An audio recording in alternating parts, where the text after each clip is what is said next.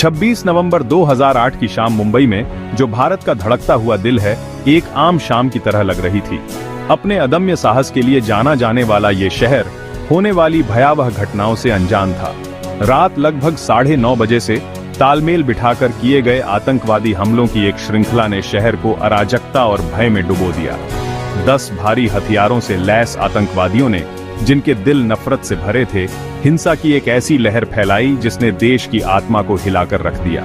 अगले 3 दिनों तक मुंबई एक युद्ध का मैदान बन गया।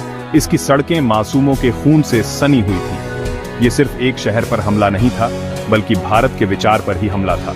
हमलों की योजना बड़ी ही सावधानी से बनाई गई थी और उन्हें बेरहमी से अंजाम दिया गया था। विदेशों में प्रशिक्षित आतंकवादी अरब सागर के रास्ते शहर में घुसपैठ कर चुके थे। उनके निशाने सोच समझकर चुने गए थे, ऐसी जगहें जो शहर की जीवंतता और भावना का प्रतिनिधित्व करती थी। जैसे ही शहर सोया, अपने बीच छिपे खतरे से अनजान आतंकवादी अपने आतंक का राज फैलाने की तैयारी कर रहे थे। दुनिया ने भयावह घटनाओं को घटित होते देखा, जो आतंकवाद के हमेशा मौजूद खतरे की एक कठोर याद दिलाती थीं। आतंकवादियों ने मुंबई के दिल पर हमला किया। उन्होंने उन प्रतिष्ठित स्थलों को निशाना बनाया जो शहर के महानगरीय चरित्र और आर्थिक शक्ति के प्रतीक थे। भव्य ताजमहल पैलेस होटल एक तटवर्ती लैंडमार्क और विलासिता का प्रतीक, एक युद्ध क्षेत्र बन गया, जिसका राजसी अग्रभाग गोलियों और आग से झुलस गया। एक और आलीशान जगह ओबेरॉय ट्राइडेंट होटल का भी ऐसा ही हश्र हुआ। जब आतंकवादी गलियारों में घूम रहे थे तो उसके मेहमान अंदर फंस गए थे। छत्रपति शिवाजी महाराज टर्मिनस, जो यूनेस्को की विश्व धरोहर स्थल है और मुंबई के व्यस्त जीवन का प्रतीक है, ने भीषण नरसंहार देखा। ऑटोमेटिक हथियारों से लैस आतंकवादियों ने बिना सोचे समझे यात्रियों पर गोलियां चला दी, जिससे ऐतिहासिक इमारत पूरी तरह से अराजकता और निराशा के दृश्य में बदल गई। एक लोकप्रिय पर्यटन स्थल लियोपोल्ड कैफे और एक यहूदी सामुदायिक केंद्र नरीमन हाउस को भी निशाना बनाया गया। आतंकवादियों ने अपने पीछे मौत और विनाश का निशान छोड़ दिया। इस जघन्य अपराध के अपराधियों की पहचान जल्द ही पाकिस्तान स्थित आतंकवादी संगठन लश्कर-ए-तैयबा के सदस्यों के रूप में हुई। लश्कर-ए-तैयबा, जिसका अर्थ है पवित्र सेना, अपनी चरमपंथी विचारधारा और हिंसा के इतिहास के लिए बदनाम है। ये समूह भारत से जम्मू कश्मीर को अलग करके इस्लामी शासन स्थापित करना चाहता है। 26/11 के मुंबई हमले इस समूह द्वारा उत्पन्न खतरे की एक भयावह याद दिलाते हैं, जिसकी पहुंच पाकिस्तान की सीमाओं से बहुत आगे तक फैली हुई है। सबूत पाकिस्तान में आतंकवादियों की व्यापक योजना और प्रशिक्षण की ओर इशारा करते हैं। आतंकवादियों को उनके आकाओं द्वारा दूर से निर्देशित किया जा रहा था।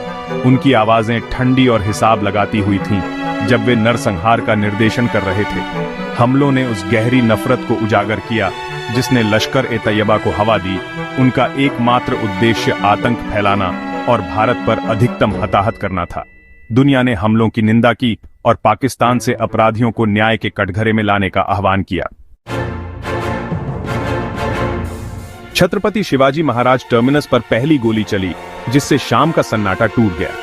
AK-47 और हथगोलों से लैस 2 आतंकवादियों ने स्टेशन पर धावा बोल दिया और भीड़-भाड़ वाले प्लेटफार्मों पर गोलियां चला दी।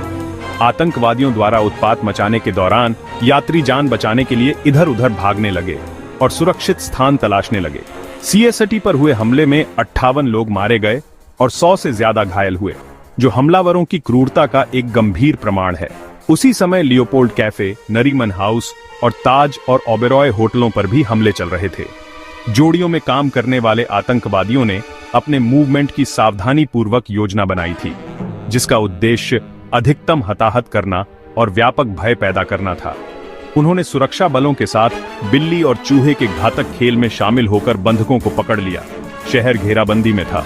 उसकी भावना की पहले जैसी कभी परीक्षा नहीं हुई थी। भाग 5, जवाबी कार्रवाई। मुंबई पुलिस और NSG। मुंबई पुलिस हमलों के लिए सबसे पहले पहुंचने वाली थी। उन्होंने कम हथियार और रणनीति होने के बावजूद बहादुरी से आतंकवादियों का सामना किया। हेमंत करकरे, अशोक कामटे, विजय सालस्कर और तुकाराम ओंबले जैसे अधिकारियों ने असाधारण साहस और बलिदान का परिचय दिया। उन्होंने अपने शहर की रक्षा करते हुए अपनी जान दे दी। उनकी त्वरित सोच और निस्वार्थ कार्यों ने निस्संदेह अनगिनत लोगों की जान बचाई। जैसे ही स्थिति की गंभीरता स्पष्ट हुई, भारत की कुलीन आतंकवाद विरोधी इकाई राष्ट्रीय सुरक्षा गार्ड को बुलाया गया। एनएसजी ने अपने विशेष कौशल और प्रशिक्षण के साथ आतंकवादियों को बाहर निकालने और बंधकों को सुरक्षित करने के लिए ऑपरेशन ब्लैक टॉर्नेडो शुरू किया। 60 घंटे से अधिक समय तक चलने वाला ये ऑपरेशन सटीकता और बहादुरी का प्रदर्शन था, क्योंकि कमांडो ने एक एक करके आतंकवादियों को निष्क्रिय कर दिया। भाग 6, वीरता और बलिदान की कहानियां। 26/11 के हमले एक बहुत बड़ी त्रासदी की कहानी थे, लेकिन साथ ही अविश्वसनीय साहस और लचीलेपन की भी कहानी थे। आम नागरिकों ने असाधारण बहादुरी दिखाई, दूसरों को सुरक्षित स्थान पर पहुंचने में मदद की, घायलों की देखभाल की और दुखी लोगों को सांत्वना दी। होटल के कर्मचारियों ने बहुत बड़े व्यक्तिगत जोखिम पर मेहमानों को बचाया और उन्हें बाहर निकलने में मदद की। अराजकता से व्यक्तिगत वीरता की कहानियां सामने आईं। ताज होटल में बचाव अभियान का नेतृत्व करते हुए NSG commando major Sandeep Unnikrishnan ने सर्वोच्च बलिदान दिया। उनके आखिरी शब्द, ऊपर मत आओ, मैं उनका सामना कर लूंगा, उनकी बहादुरी का प्रमाण बन गए। ताज के एक रसोइये करमजीत सिंह ने कई लोगों की जान बचाने में मदद की। उन्होंने मेहमानों को सुरक्षित स्थान पर पहुंचाया, जबकि आतंकवादी उनका शिकार कर रहे थे। साहस और बलिदान की ये कहानियां अंधेरे के बीच आशा की किरण बन गईं। भाग 7, परिणाम, एक राष्ट्र का पुनर्निर्माण। 26/11 के मुंबई हमलों ने शहर और राष्ट्र पर एक अमिट निशान छोड़ दिया। हमलों में 26 विदेशी नागरिकों सहित 166 लोगों की जान चली गई और 300 से ज्यादा घायल हुए। अपनी ऊर्जा और भावना के लिए जाना जाने वाला शहर शोक में था। इसके लोग दुख और गुस्से में एकजुट थे। हमलों ने भारत के सुरक्षा तंत्र में कमजोरियों को उजागर किया, जिससे इसकी आतंकवाद विरोधी रणनीति में बड़ा बदलाव आया। सरकार ने महत्वपूर्ण प्रतिष्ठानों पर सुरक्षा मजबूत की, खुफिया जानकारी इकट्ठा करने और साझा करने को बढ़ाया और तटीय सुरक्षा को मजबूत किया। हमलों के कारण राष्ट्रीय जांच एजेंसी का भी निर्माण हुआ, जो आतंकवाद से संबंधित अपराधों की जांच और मुकदमा चलाने के लिए एक विशेष एजेंसी है। 26/11 के हमले एक वेकअप कॉल थे, जिन्होंने भारत को आतंकवाद के खतरे का सीधे सामना करने के लिए मजबूर किया। भाग 8, न्याय में देरी, न्याय नहीं। हमलों के बाद भारत ने एक राजनयिक हमला शुरू किया, जिसमें पाकिस्तान और अंतर्राष्ट्रीय समुदाय के सामने लश्कर-ए-तैयबा की संलिप्तता के अकाट्य सबूत पेश किए गए। हालांकि पाकिस्तान की प्रतिक्रिया धीमी और अपर्याप्त थी, जिसमें इनकार और भ्रम की स्थिति थी, जबकि कुछ निचले स्तर के गुर्गों को गिरफ्तार किया गया था। हमलों के पीछे के मास्टरमाइंड अभी भी फरार हैं, जिन्हें पाकिस्तान की डीप स्टेट ने शरण दी हुई है। जीवित बचे एकमात्र आतंकवादी अजमल कसाब को जिंदा पकड़ लिया गया और भारत में उस पर मुकदमा चलाया गया। उसके मुकदमे ने हमलों की सावधानीपूर्वक योजना और निष्पादन को उजागर किया, जिससे लश्कर-ए-तैयबा की भूमिका बिना किसी संदेह के पुष्टि हो गई। कसाब को मौत की सजा सुनाई गई और 2012 में उसे फांसी दे दी गई। हालांकि न्याय की तलाश अधूरी है, क्योंकि हमलों के पीछे के मास्टरमाइंड अभी भी न्याय से बच रहे हैं। भाग 9, आतंकवाद के खिलाफ अंतहीन लड़ाई। 26/11 के मुंबई हमले इस बात की कड़ी याद दिलाते हैं कि आतंकवाद की कोई सीमा नहीं होती। उन्होंने इस खतरे से निपटने के लिए वैश्विक सहयोग की आवश्यकता को रेखांकित किया।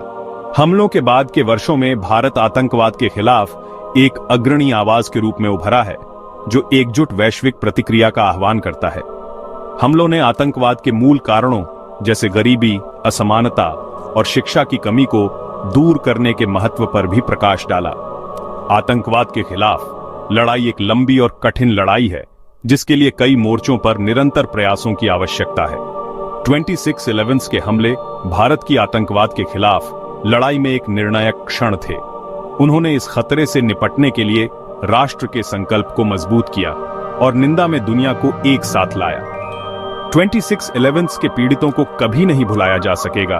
उनकी याद आतंकवाद की मानवीय कीमत की एक निरंतर याद दिलाती है।